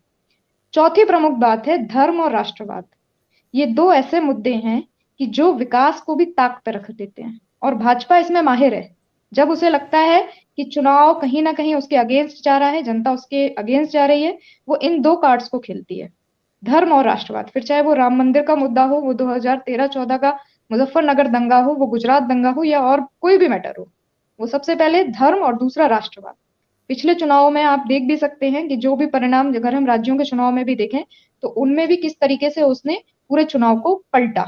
तो एक चौथा बिंदु जो आता है वो आता है धर्म और राष्ट्रवाद का। तो विपक्षी दलों को अगर भाजपा जैसी पार्टी का सामना करना है 2024 के चुनाव में, वो उसको हराना चाहते हैं या उसके सामने एक मजबूत विपक्ष के तौर पर खड़ा होना चाहते हैं, तो उन्हें भी इन मुद्दों पर कहीं ना कहीं, धर्म और राष्ट्रवाद पर भी कहीं ना कहीं काम करना होगा। क्योंकि पब्लिक की जो सेंटिमेंट्स होती हैं, वो सेंटिमेंट्स के सामने फिर विकास जैसे मुद्दे जो है वो कई बार गॉड साबित हो जाते हैं। तो ये जो चार प्रमुख बिंदु हैं, ये मुझे लगता है कि अगर विपक्ष इन चार प्रमुख बिंदुओं पर काम करता है, अपने निजी हितों को अलग रख के अगर सभी दल एकजुट होते हैं, जो कि अभी संभव होता दिखाई नहीं दे रहा तमाम राज्यों में, तो वो शायद बीजेपी को आने वाले समय में चुनौती दे सकते हैं, उसके सामने पूरा चुनाव एक तरह से पलट सकते हैं। दूसरा, धर्म और राष्ट्रवाद का मुद्दा जो हमेशा बीजेपी के लिए प्राथमिकता पर रहा है, जिस पर वो चुनाव को बदलना जानती है। तीसरा, भीड़ को वोट में तब्दील करने की कारीगरी। और चौथा जो है वो बीजेपी जो है तोड़कर अपने में जोड़ना जानती है, जिसमें शायद दूसरे दल अभी कहीं ना कहीं बौने साबित हो रहे हैं। तो अगर उस पर वो काम करते हैं तो नो डाउट वो आने वाले चुनाव में इस एक नई तस्वीर देश के सामने पेश कर सकते हैं। जी, बहुत सही आपने पॉइंट उठाए, और वास्तव में ये जो आपने जो बताया कि इतने 4 पॉइंट मुख्य रूप से वो बीजेपी की जो चुनावी जीत है उसमें कहीं ना कहीं इनका रोल भी रहा है। और इसी प्रश्नों को लेकर मैं हिमांशु जी के पास आता हूँ। हिमांशु जी, जैसे शालू जी को आपने सुना, उन्होंने 3-4 विषय उठाए कि किस तरह से बीजेपी रणनीति में काम करती है और तोड़ के जोड़ने वाली जो बात कही है, वास्तव में बड़ी इंटरेस्टिंग बात भी है, और उन्होंने करके दिखाया भी है। विभिन्न दलों को जिस तरह से वहाँ के लोगों को अपने पार्टी में शामिल कर सरकारी बनाई है, और उस संगठन को, सामने विपक्षी दल को कमजोर भी किया है। और ऐसे में बात बड़ी निकल के आती है कि बीजेपी की जो रणनीति अपने को आगे बढ़ाने के साथ साथ अपने सामने जो विपक्षी दल है उनको कमजोर करने की रणनीति भी रहती है। और ऐसे में विपक्षी दल कहीं ना कहीं हमें पीछे दिखाई देते हैं बीजेपी रणनीति के मुकाबले। आपको क्या सोचना है कि 2024 के लिए विपक्षी दल की एकता के लिए क्या आवश्यक है? और साथ ही भारत जोड़ो यात्रा का जो बीच में जिक्र हुआ कि भारत जोड़ो यात्रा के द्वारा जिस तरह से राहुल गांधी की एक छवि अलग बनती जा रही है और जो एक जन समर्थन उनके साथ चलता दिखाई देता है, क्या वह वास्तव में वह वोट में तब्दील होगा? क्योंकि अभी 1.25 साल है लोकसभा चुनाव के अंदर। क्या कांग्रेस संगठन उस जन समर्थन को अपने साथ जोड़े रखने में सफल हो सकता है? आपको क्या लगता है? और साथ ही राहुल गांधी की छवि, राहुल गांधी की इमेज, क्या विपक्षी दलों के जो नेता है सब पर भारी पड़ती दिखाई देती है आपको आज के इस समय में? हिमांशु जी। देखिए, बहुत ही क्लियर बात है। जिस तरीके से एंटी इनकम्बेंसी के वोट्स को यहाँ पे गुजरात में एनकैश किया गया, मतलब एंटी इनकम्बेंसी थी, लेकिन जो एक मुद्दा है गौतम पाल का वीडियो और पूरा का पूरा, मतलब बोलते हैं कि पूरा मामला चेंज है, तो वॉबल हुआ है आम आदमी पार्टी के बीच और बीजेपी के बीच ये चुनाव। बट अल्टीमेटली क्या साबित हुआ कि गौतम पाल वाला जो वीडियो आया उसके बाद एक सेंटीमेंट बीजेपी के लिए बिल्टअप हुआ। तो उसी तरीके से उस मुद्दे पे अगर बीजेपी राजनीति ले जाती है, जो मैंने पहले ही कहा था कि अगर आप मतलब राम मंदिर और पीओ के वापस लाओ की बात और चीन के जो मुद्दे है उसके ऊपर आप किस तरीके से मतलब करते हैं राजनीति, तो मुझे लगता है कि थोड़ा टफ रहेगा। लेकिन फिर से आंकड़ों पे आते हैं 44 करोड़ वोट, इस बार 10 करोड़ नए मतदाता आएंगे। बीजेपी को अपना वोट शेयर 55% ले जाने की इनकी इन बार गिनती है, मतलब लोकसभा में 55 to 60%, तो वो कैसे ले जाएंगे ये देखना पड़ेगा। और सबसे बड़ी चीज जो आर्थिक परिप्रेक्ष्य में देखनी पड़ेगी ये है कि 2017 का उत्तर प्रदेश का चुनाव पहली बार अमित शाह और नरेंद्र मोदी लड़ रहे थे। भाजपा लड़ रही थी, बट सत्ता में आने के बाद जिस तरीके से यूपी का इंपॉर्टेंस है, तो आपको शायद पता होगा 2016 में नोटबंदी आई थी। अब एक और दूसरा भूत अभी शुरू हुआ है 2000 की नोट वाला, तो वो किस समय पे आएगा ये पता नहीं है हमको। बैन करने की बात सुशील मोदी ने फ्लोर पे उठाई थी, तो ये भी हो सकता है। तो तब जाके अगर ये होता है तो इलेक्ट्रल बॉन्ड के जरिए जिस तरीके की फंडिंग और जो मनी माइट जो बीजेपी के पास है, वो बाकी के मतलब जो छोटे छोटे दल है या क्षेत्रीय दल है या स्टेट लेवल के दल है, उनकी नहीं है ताकत, समझ लीजिए।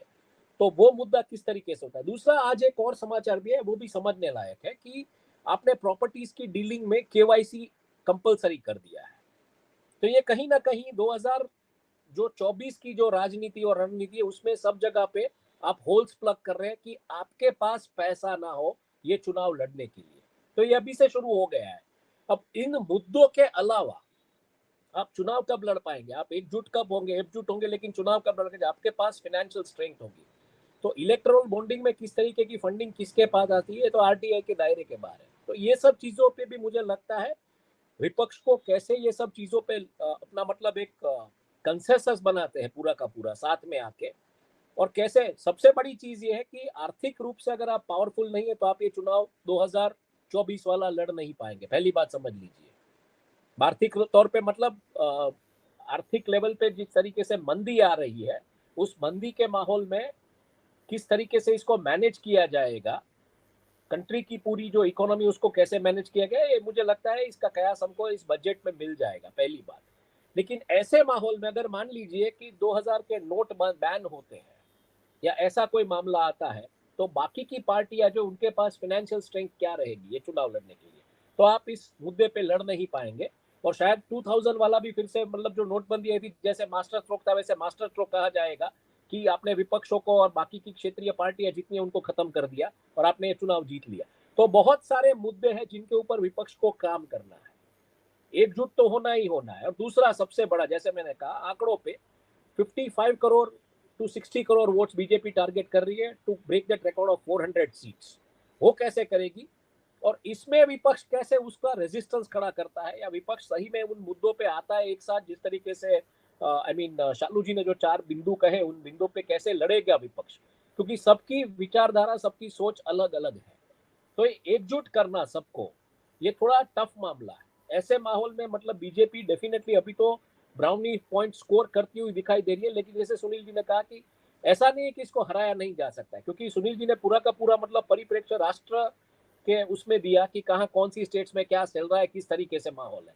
तो ऐसा नहीं कि नहीं हराया जा सकता है, लेकिन ये इलेक्शन फाइट करने के लिए अगर मंदी का माहौल है और उसके ऊपर अगर आपने 2000 वाला नोट बैन कर दिया, नोटबंदी लेकर आए, तो वो डबल मंदी होगी।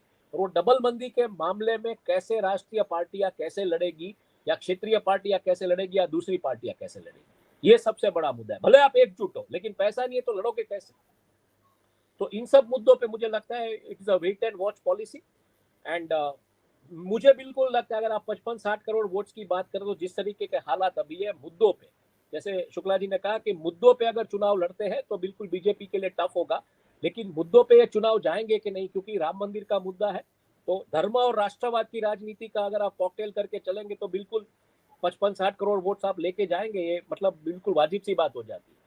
तो ये सब मुद्दों के ऊपर विपक्ष कैसे अपना एक कंसेंसस बिल्ड करता है, आने वाले दिनों में क्या क्या होता है, आर्थिक तौर पे बजट किस दिशा में जाता है, मुझे लगता है ये सब चीजें एक आईना दिखाएगी कि किस तरीके से 2024 पैन अप होगा। जी जी, सही कहा आपने कि आर्थिक चुनौती जो जिस तरह से बढ़ रही है, उसमें कहीं ना कहीं चुनाव को प्रभावित करने की स्थिति में संभावना उसकी बन सकती है। तो सुनील शुक्ला जी के पास मैं आता हूँ। सुनील, जैसे आपने सुना हिमांशु जी ने आर्थिक संसाधनों की बात की, और इसमें कुछ जाने कि चुनाव दिन प्रतिदिन महंगे होते जा रहे हैं। ऐसे में जिस पार्टी के पास जितने आर्थिक संसाधन होंगे वही चुनाव बेहतर लड़ सकती है। और जिस तरह से इलेक्टोरल बॉन्ड की बात है, सबको पता है कि किस तरह से एक ही पार्टी के पास ज्यादा से ज्यादा चुनावी चंदा इस समय जा रहा है, दूसरी पार्टियां उसके कमतर बहुत नीचे दिखाई देती हैं। साथ ही आर्थिक चुनौतियां का चुनाव जो राजनीति में विषय तो बड़ा बन ही रहा है इस समय, कोई दो राय नहीं है। अभी हमने कल देखा कि किस तरह से अशोक गहलोत जो राजस्थान के मुख्यमंत्री हैं, उन्होंने घोषणा की कि 1 अप्रैल 2023 के से वहाँ पे जो जुवाला जो नीचे गरीबी रेखा से नीचे के जो तबका है उसको 500 रुपये का गैस सिलेंडर दिया जाएगा। और साथ ही जो ओल्ड पेंशन स्कीम है, जो कि हिमाचल में बड़ा मुद्दा था चुनाव के अंदर, और विभिन्न राजस्थान में घोषणा हो चुकी है, छत्तीसगढ़ में। तो क्या ऐसे मुद्दे भारत की राजनीति को प्रभावित करने की स्थिति में कहीं ना कहीं खड़े हो सकते हैं, जो बीजेपी को चुनौती देने में विपक्षी दल इन मुद्दों के आधार पर ज्यादा कुछ कामयाब हो सकते हैं?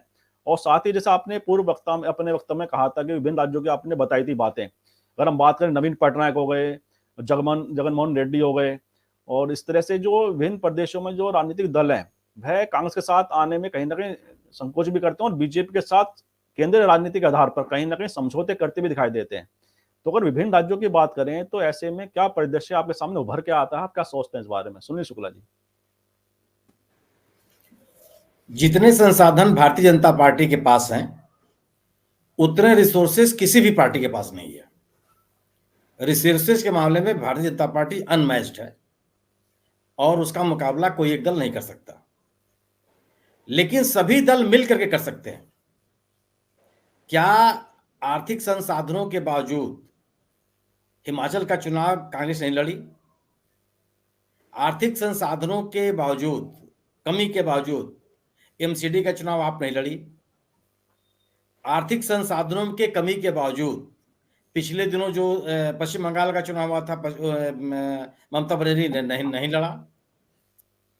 एक पार्टी के पास नहीं है, लेकिन विभिन्न राज्यों में जो क्षेत्रीय दल हैं वो मुकाबला करने की स्थिति में है। मेरा मानना यह है, यह बिल्कुल सही है कि बिना गठबंधन किए कोई एक दल भारतीय जनता पार्टी से नहीं लड़ सकता। दूर दूर तक कोई मुकाबला नहीं है। इनको अगर चुनाव लड़ना है तो इनको एकजुट होना ही पड़ेगा। तीसरी बात कि विभिन्न राजनीतिक दल क्या अपने दलगत राजनीति से ऊपर उठ पाएंगे? तो आज उनके दलगत हित क्या है? उनका अपना अस्तित्व, उनका अपना एग्जिस्टेंस। अगर आप चुनाव में, चुनावी राजनीति में आपका वजूद नहीं रहेगा तो किस बात का राजनीतिक दल है आप? जो नीतीश कुमार के गठबंधन का प्रस्ताव है वह यही है कि क्षेत्रीय दल जो जिस राज्य में प्रभावी हैं वह अपने अनुसार चुनाव लड़ेंगे, अन्य दल उनके साथ गठबंधन करेंगे। तो हर राज्य का जो अपने राज्य में हित, राजनीतिक हित है वो सुरक्षित रहेगा और कोई एक नेता इमर्ज नहीं करेगा, संभव ही नहीं है। अगर आप व्यक्तित्व की लड़ाई में आएंगे तो नरेंद्र मोदी के सामने कोई खड़ा होने की स्थिति में नहीं है, जो आज का माहौल है। नीतीश कुमार चूंकि आगे हैं तो नीतीश कुमार की एक स्वीकृति है विभिन्न दलों में, उनका हर विपक्ष के हर राजनीतिक दल के साथ अपनी एक से है। तो मेरा मानना है कि जो एक फार्मूला बन रहा है उस पर बन जाना चाहिए। बनेगा कि नहीं बनेगा तो आने वाला दिन बताएगा। दूसरी बात जो कांग्रेस के साथ है कि कांग्रेस की क्रेडिबिलिटी बढ़ी है, यह राजनीतिक विश्लेषक स्वीकार करते हैं। राहुल गांधी की पब्लिक रीच बढ़ी है, इसको भी राजनीतिक विश्लेषक स्वीकार करते हैं। जो इस यात्रा में लोग आ रहे हैं वह वोट में बदलेंगे कि नहीं बदलेंगे, ये तो हमेशा से एक प्रश्न है। आपको सुनने आने वाले लोग वोट देते हैं कि नहीं देते हैं, ये हमेशा से विवाद का विषय रहा है। लेकिन अगर कोई आदमी आपके साथ 2 किलोमीटर, 4 किलोमीटर, 5 किलोमीटर, 10 किलोमीटर पैदल चल रहा है, फिर वो आपको छोड़ के नहीं जाएगा, वो आपके साथ रहेगा।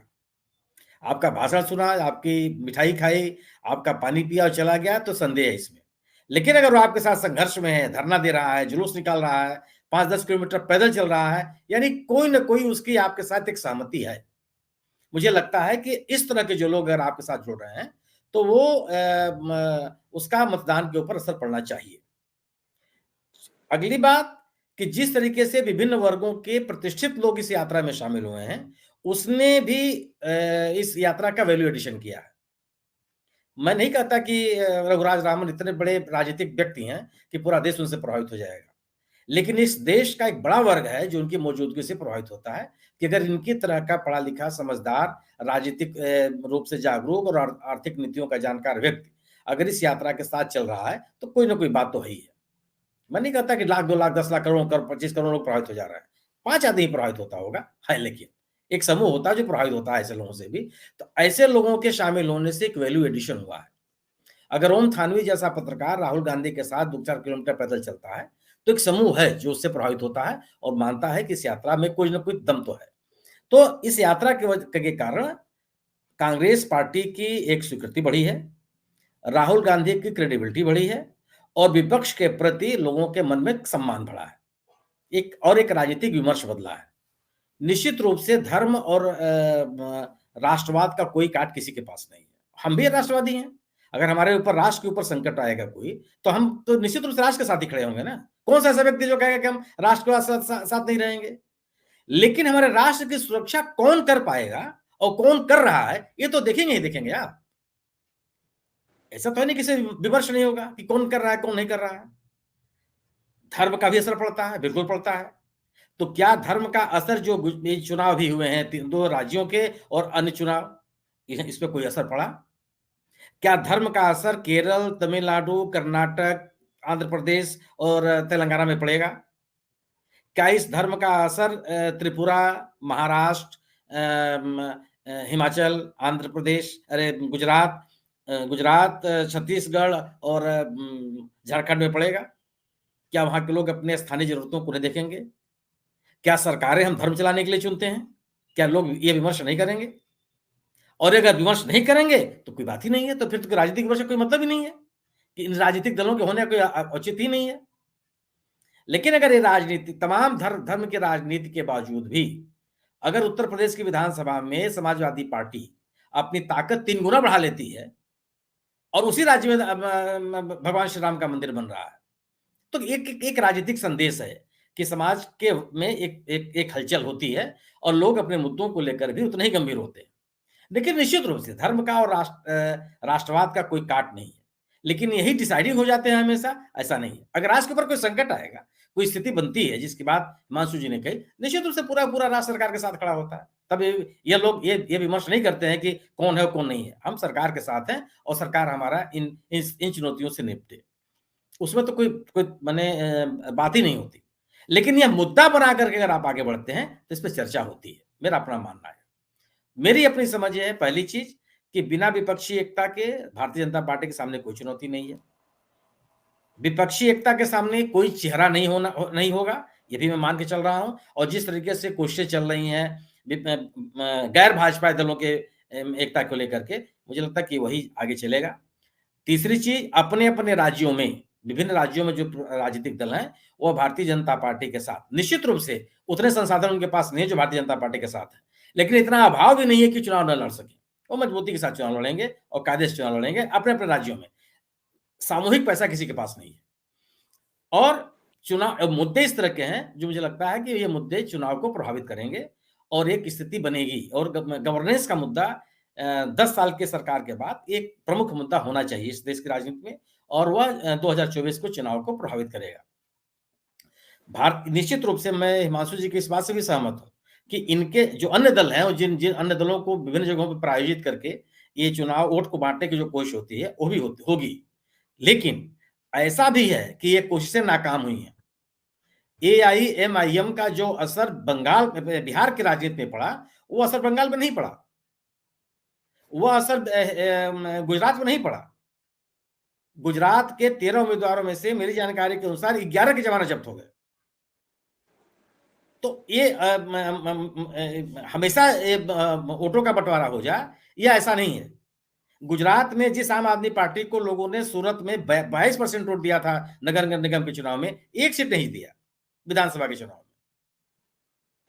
तो निश्चित रूप से ये प्रयास करेंगे, लेकिन वो प्रयास जब जनरल इलेक्शन में कितना कारगर होता है, इसमें मुझे लगता है कि संदेह है।